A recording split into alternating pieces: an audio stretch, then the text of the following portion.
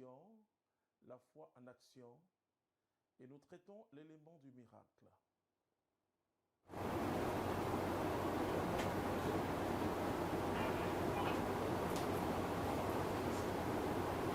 Je vous salue dans le précieux nom de notre Seigneur Jésus-Christ.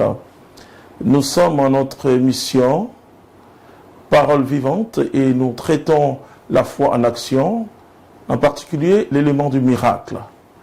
Ce soir, nous allons faire une découverte assez intéressante d'une femme, que la Bible nous parle d'une femme sunamite qui a cru en Dieu et qui a expérimenté Dieu. La foi est une donnée surnaturelle.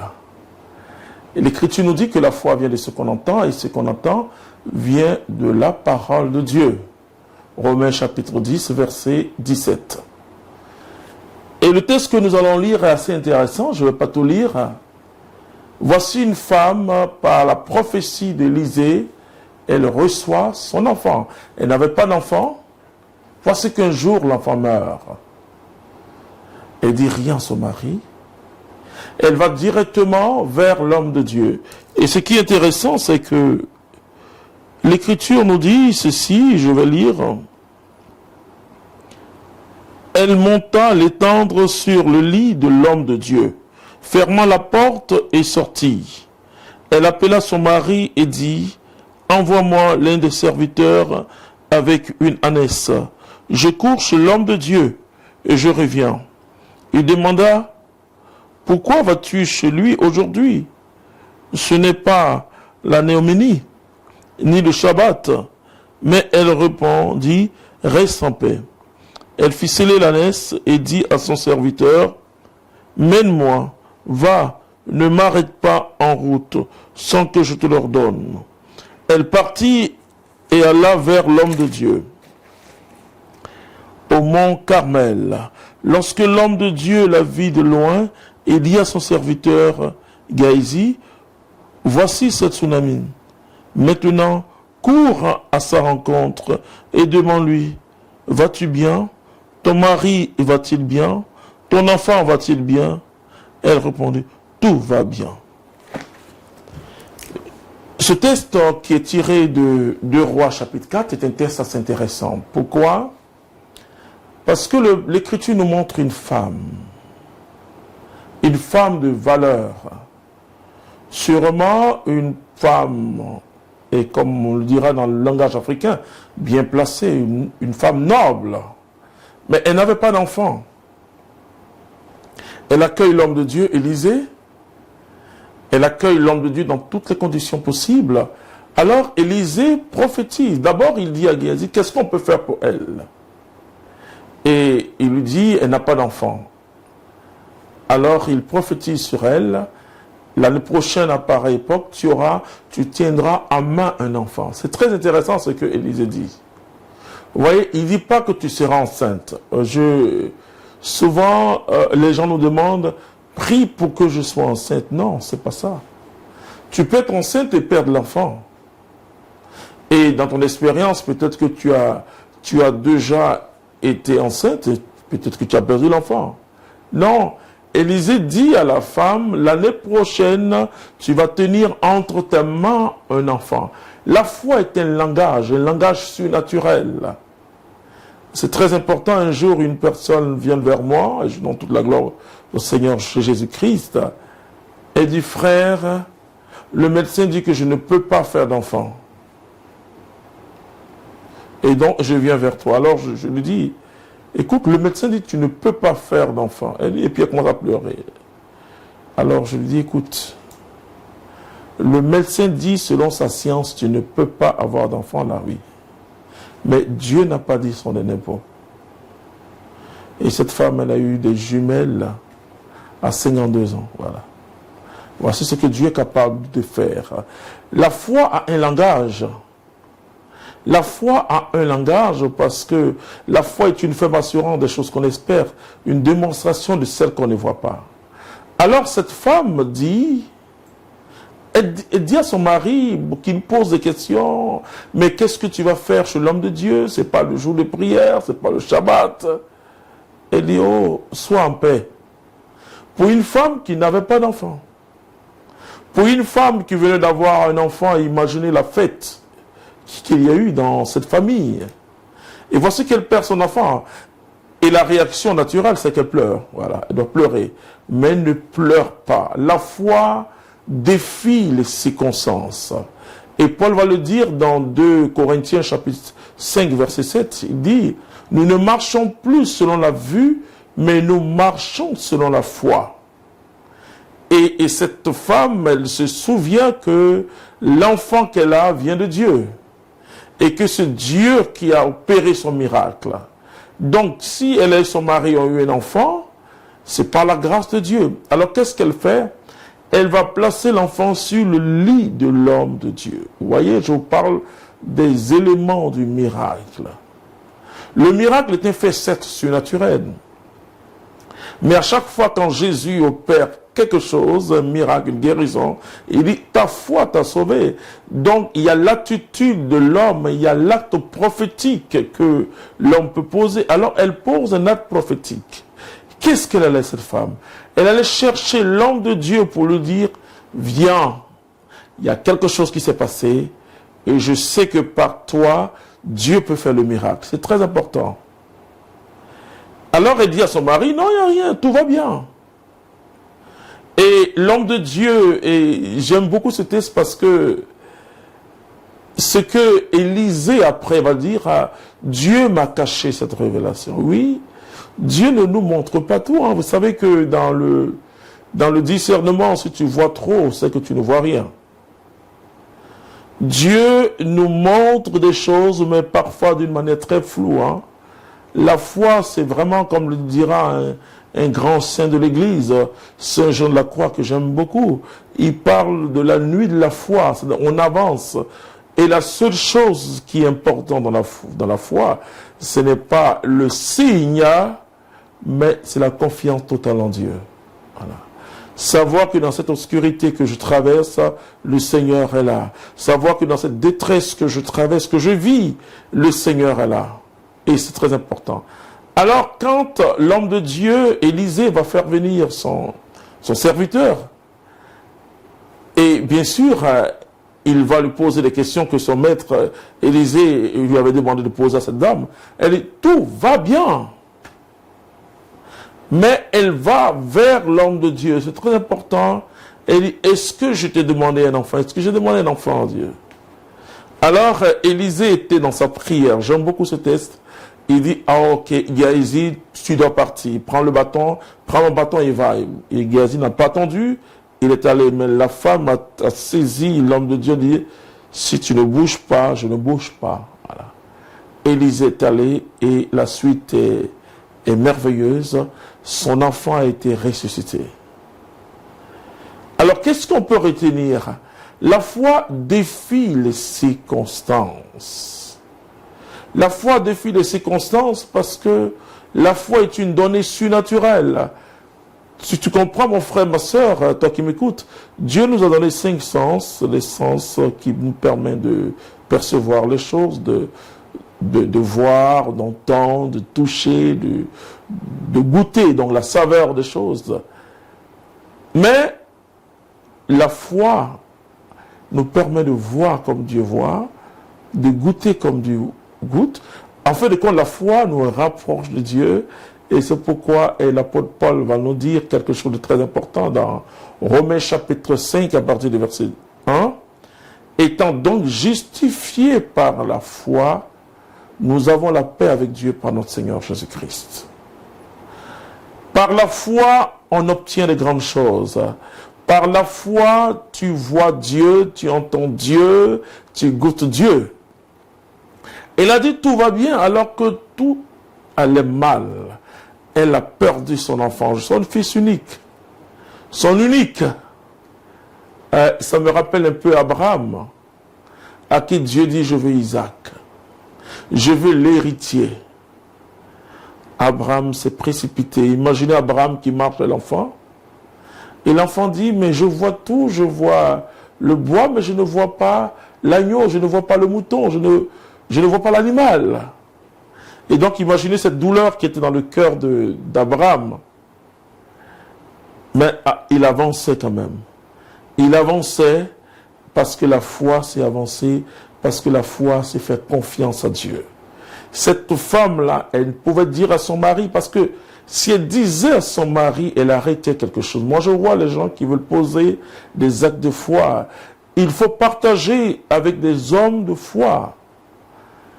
Si tu partages, par exemple, on te dit tu es malade, tu as une maladie incurable, qualifiée de médecin, tu peux partager bien sûr à ton mari ou à ta femme. Mais tu n'as pas besoin de dire à tout le monde, parce que comment tu peux exercer ta foi si les gens veulent dire Yako, comme on le dit en Afrique, courage, hein, c'est pas grave, mais tu ne peux pas, ça casse la foi. Tu dois dire à ton conjoint ou ta conjointe, tu dois dire à celui qui t'accompagne, et vous devez prier ensemble dans la confiance. Dieu est le Dieu de l'impossible. Que sa volonté soit faite, mais il faut prier. Il faut prier, il faut croire en son amour. Et comme je le dis, nous avons le droit de demander à Dieu tout ce que nous voulons. Et là, je vous le dis, frères et sœurs, vous pouvez demander à Dieu ce soir même tout ce que vous voulez. Mais nous avons le devoir d'accueillir sa volonté. C'est très important. Cette femme, elle est allée et il y a eu le miracle. Finalement, Élisée est allée ressusciter son enfant. Tu dois croire et tu dois poser des actes de foi. Tu ne dois pas trembler. Tu ne dépends pas du verdict des médecins. Tu ne dépends pas de ce que les gens disent de toi. Tu dépends de Dieu. Écoute-moi bien, tu dépends de Dieu. Ta situation dépend de Dieu et la force qui te donne, parce que de transcender, comme je le dis souvent, et que tes difficultés, ce que tu appelles tes difficultés, deviennent, il faut les transformer en défis, en challenge, comme le disent les anglo-saxons. En challenge, de sorte que ce soit de véritables défis pour toi. En te disant, parce que tu es né d'une famille très pauvre, honore ton père et ta mère, c'est-à-dire en disant, Seigneur, je ferai de sorte que mon père et ma mère soient heureux de moi. Donc tu vas travailler. Et plus tu es dans une situation de difficulté, plus tu dois avoir le courage de continuer et de travailler. Alors cette femme, elle a cru. Elle a cru d'une manière, je le dirais, surnaturelle. Elle a cru que quelque chose pouvait se passer et que l'histoire ne pouvait pas finir comme ça. Je dis, ton histoire ne peut pas finir comme cela. C'est pas parce qu'on t'a mis au dehors que ton histoire est finie. C'est pas parce que tu es au chômage que ton histoire est finie. Non. C'est pas parce que tu es malade que ton histoire est finie. Ton histoire n'est pas finie. Cette femme, elle savait que l'histoire de son enfant n'était pas... Ça ne s'arrête pas. Ça ne s'arrête pas comme cela.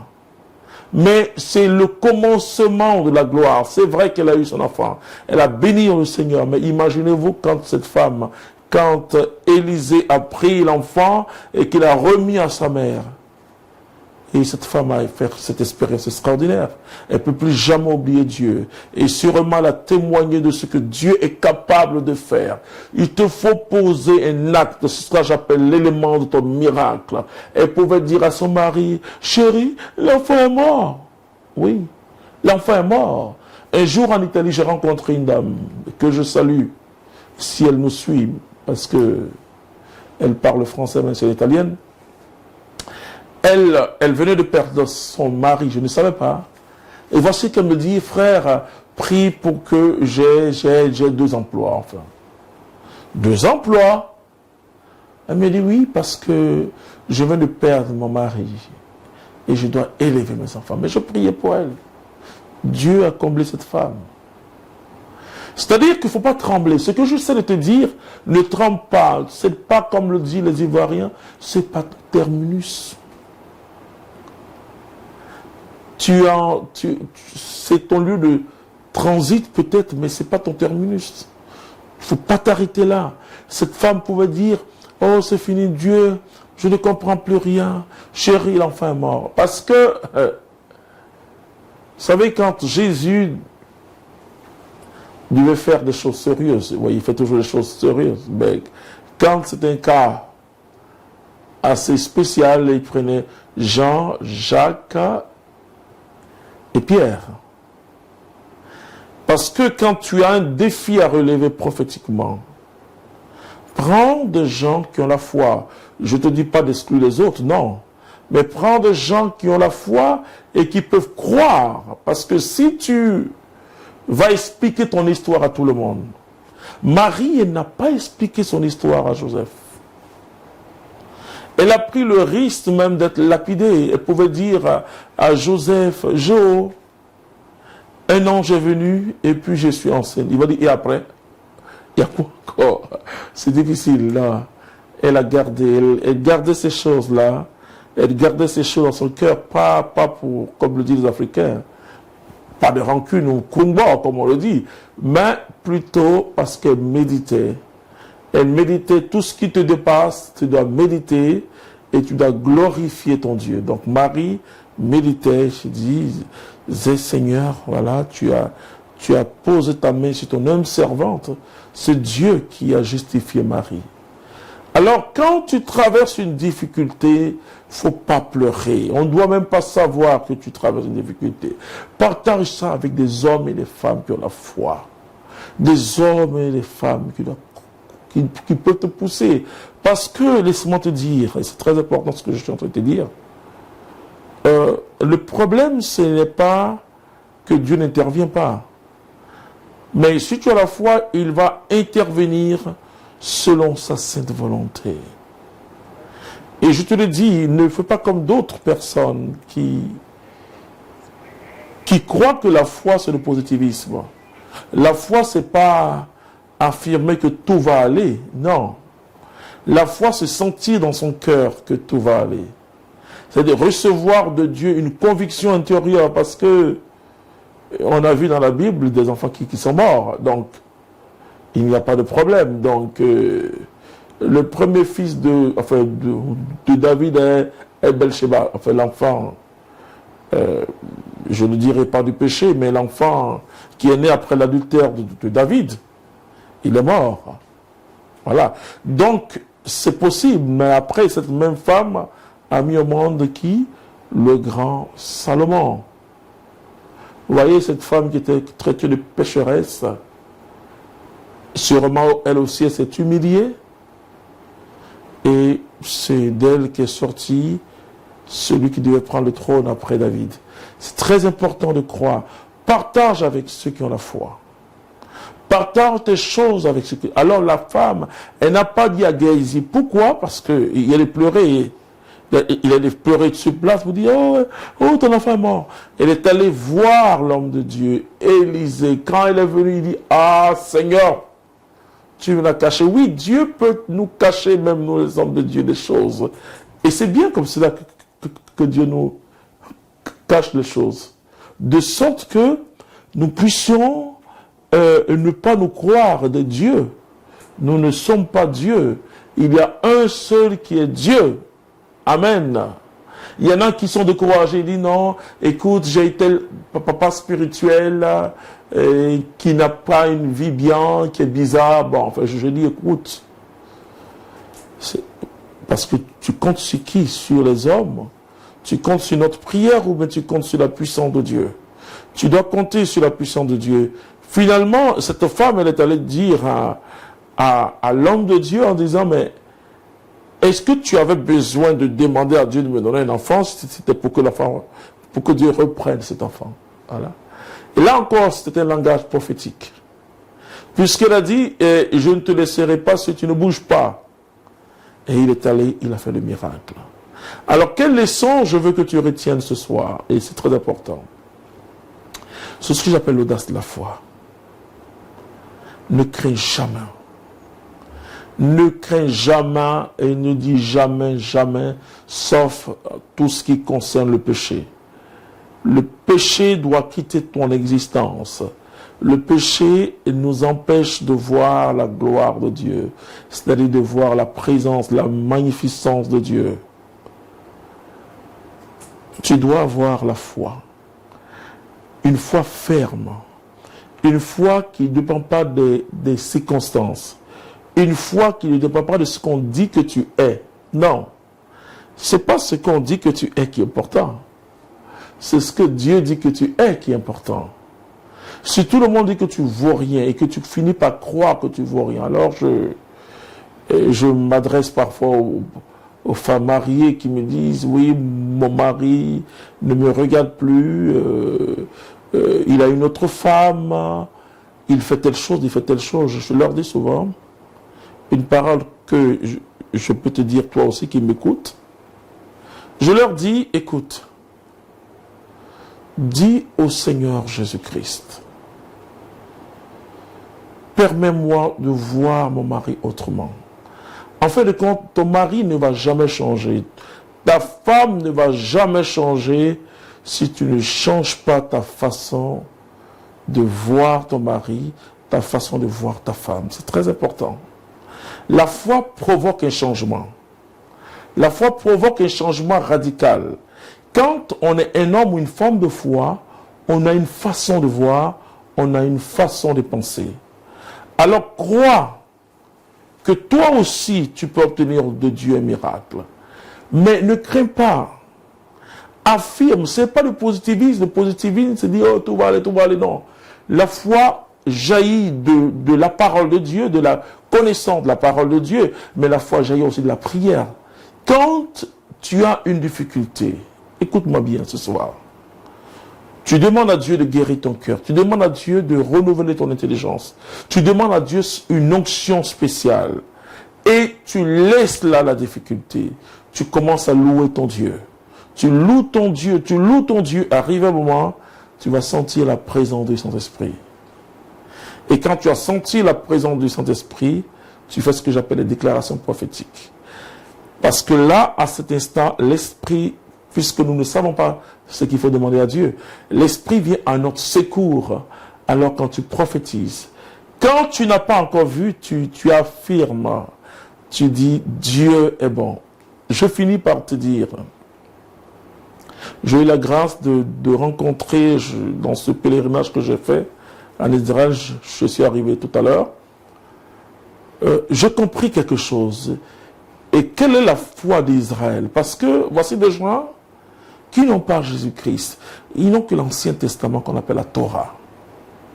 Mais ils ont compris quelque chose que beaucoup d'entre nous n'ont pas compris. Pour eux, la promesse de Dieu, elle se réalise toujours. Mais elle se réalise comment?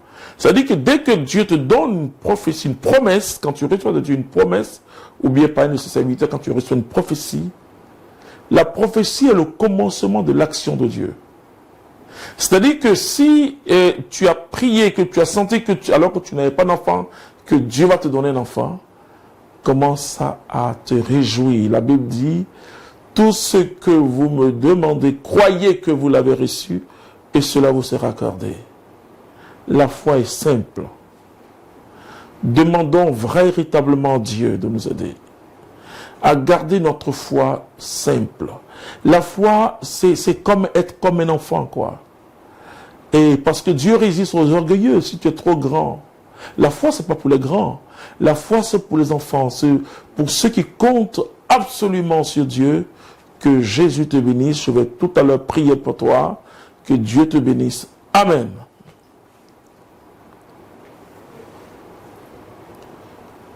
Donc tout à l'heure, je vais prier pour toi. Donc,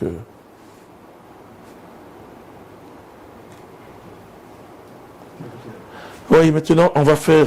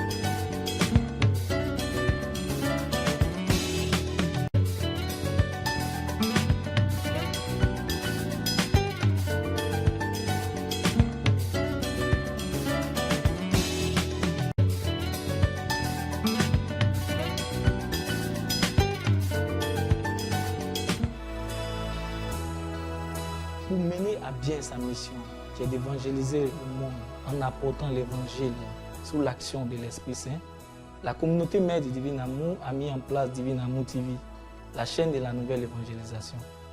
J'aime ma télévision, je contribue à hauteur de 2000 par mois et je t'exhorte aussi, frère, à faire comme moi.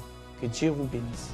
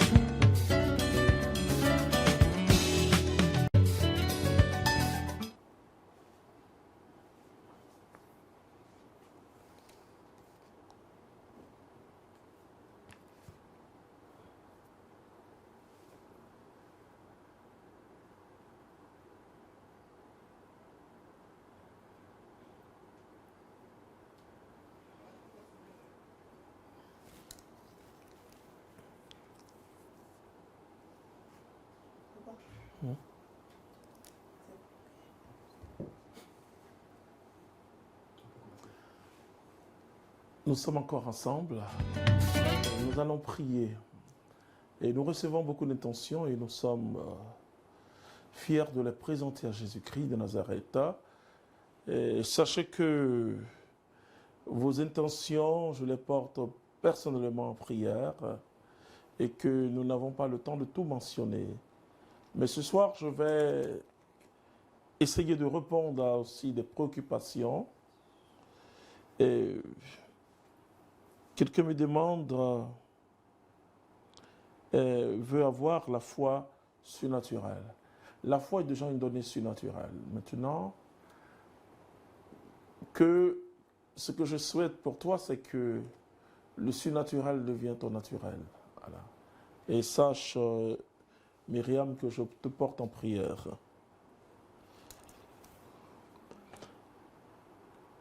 Prie pour ma santé. Oui, je te porte en prière. Rosine, sache que Dieu est puissant. Et tout à l'heure, quand je vais prier, tu vas t'imposer les mains et tu vas demander la grâce de Dieu. Il y a une personne qui demande la conversion de sa famille. Sache que toutes les fois où tu parles à Dieu, il écoute. Sache qu'un jour, Dieu va agir.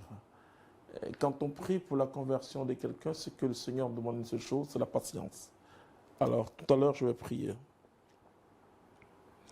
Je vais surtout prier pour celle qui me demande, je ne dirai pas ton nom, voilà. Mais on se comprend, la grâce de la maternité.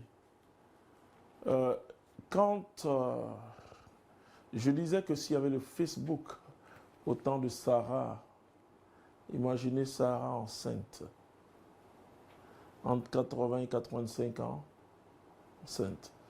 Et tout à l'heure, je donnais un témoignage d'une personne qui a couché, qui a eu des jumelles à 52 ans. Dieu est capable.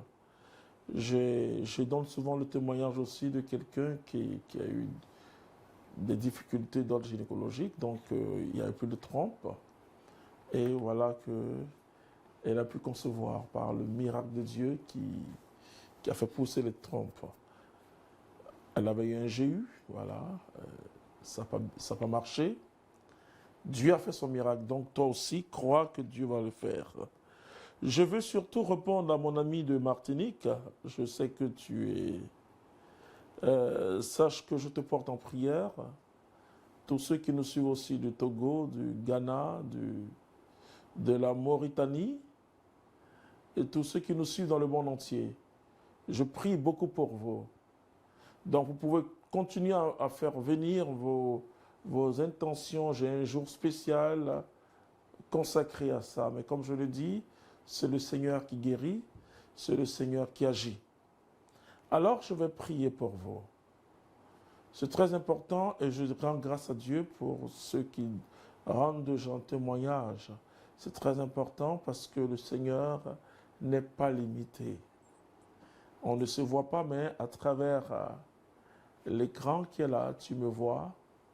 Mais ce qui est important, c'est de voir Jésus. C'est de voir Jésus qui agit. Vous savez, on s'attache tellement aux hommes.